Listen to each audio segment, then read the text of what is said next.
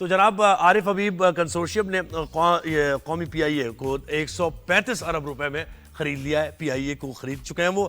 عارف حبیب consortium نے قومی air line کی نجکاری کے لیے بولی کے تیسرے مرحلے میں 135 ارب روپے کی بولی لگائی ہے اور پی آئی اے کے 75% شیئرز خریدے ہیں, کامیابی سے حاصل کر لیا. اور وہ اس کے بعد انہوں نے بات بھی کی, انہوں نے کہا کہ پی آئی اے کو دوبارہ سے ہم اپنے پیروں پر کھڑا کریں گے. تو ہمیں اس وقت جوائن کیا ہے خرم شہزاد صاحب نے, جو کہ فائنینشیل ایڈوائزر ہیں. تو ان سے جانتے ہیں کہ کیا یہ اچھی ڈیل ہوئی ہے اور حکومت اس پر مطمئن ہے یا نہیں ہے. بہت شکریہ خرم صاحب, آپ نے وقت دیا رائز اینڈ شائن میں. مجھے بتائیں کہ یہ تو بڑا ٹرانسپیرنسی کے ساتھ بولی کا عمل ہو گیا مکمل, یہ واقعی درست قیمت ہے اور مطلب ٹھیک ہو گئی ہے ساری ڈیل, کیونکہ اس پر بڑے تحفظات بھی آ رہے ہیں مختلف لوگوں کی طرف سے, اپوزیشن کی طرف سے خاص طور پہ. جی السلام علیکم, بہت شکریہ مجھے پروگرام میں لینے کے لیے.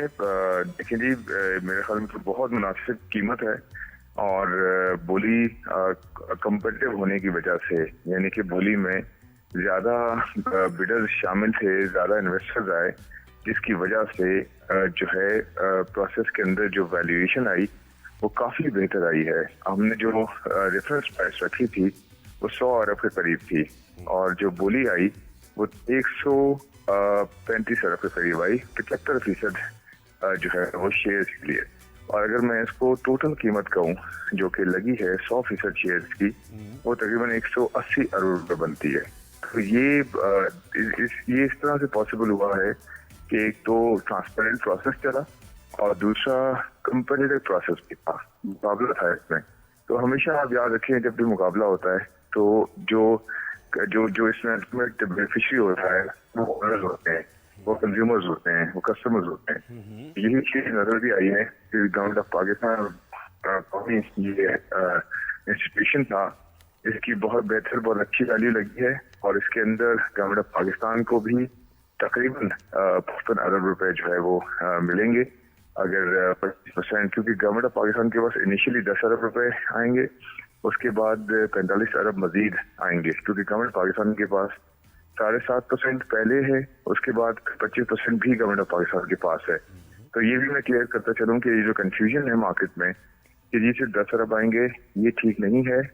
ٹوٹل جو ہے وہ 55 ارب یا اس سے زیادہ آ سکتے ہیں اور وہ ڈپینڈ کرتا ہے کہ جو نیا بڈر ہے وہ جو ریمیننگ 25% ہے وہ لے لیتا ہے. تو آج کی ویلیوشن کے حساب سے 55 ارب ٹوٹل گورنمنٹ پاکستان کے پاس آئیں گے اور باقی کا پیسہ 180 میں سے باقی کا پیسہ جو کہ 125 ارب بنتا ہے وہ کمپنی کی انویسٹمنٹ کے اندر جائے گا, جو کہ اوور آل کمپنی کو ڈیولپ کرنے میں, ریوائو کرنے میں جو ہے بہت فائدہ شامل ہوگا. صحیح. اچھا قرآن صاحب, یہ بتائیں کہ یہ تو پرائیویٹ گروپ نے خریدا ہے اور ان کو پی آئی اے چلانے کا تجربہ بھی اس طریقے سے نہیں ہے, تو کیا ایسے 4-5 کام ہیں پرائیورٹی بیسس پر جو فوری طور پر کرنے کی ضرورت ہے؟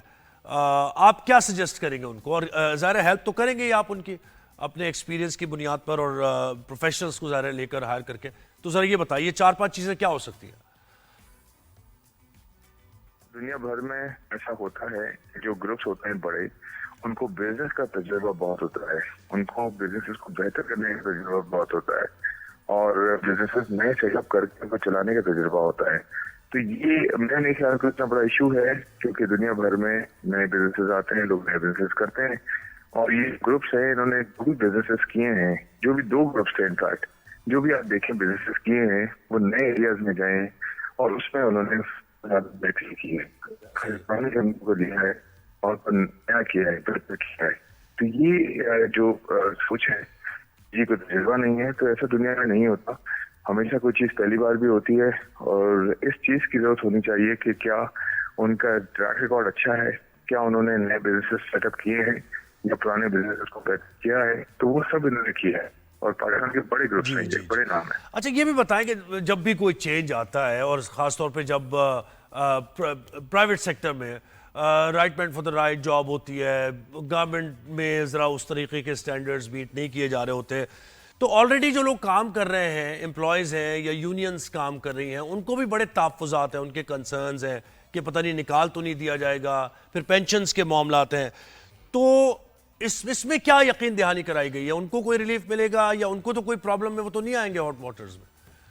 ایسا کچھ بھی نہیں ہے ابھی تک, الحمدللہ میں ایسا کوئی ایسی انڈیکیشن نہیں ہے, جو ہے آلریڈی طے پا گئی ہیں. اور دوسری بات یہ ہے کہ جو ہے یہ جو اب ہے اس میں 1 سال کے لیے ویسے بھی جو ہے بیڈر کسی کو نہیں نکالے گا، نہ کسی کو جو ہے وہ کسی طرح کی کوئی چیز ہوگی جو اس کے روزگار پیش ہو. ہاں 1 سال کے بعد بالکل اس کا حق ہے تو دیکھیں کہ کون پرفارم کر رہا ہے کون نہیں کر رہا، تو اس حساب سے اپنا ڈیسیژن لے. لیکن 1 سال تک جو نیا بیڈر نیا انویسٹر آ رہا ہے وہ کسی کو نہیں نکالے گا. اچھا، اداروں کا ظاہر حال ہے، اس میں ایک اور ادارہ ہے اسٹیل مل کا ادارہ، اور وہ بھی ایک تو اب تو خیر بندی ہو چکا ہے وہ، اور بڑے خسارے میں وہ جا رہا تھا.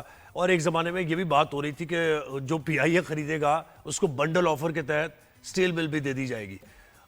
تو کیا آپ آنے والے وقت میں اسٹیل ملز کے بارے میں بھی کوئی فیصلہ ہوگا؟ کوئی بیڈرز آئیں گے یا پرائیویٹ سیکٹر کو دیا جائے گا؟ وہ بھی کوئی پلان ہے ایسا؟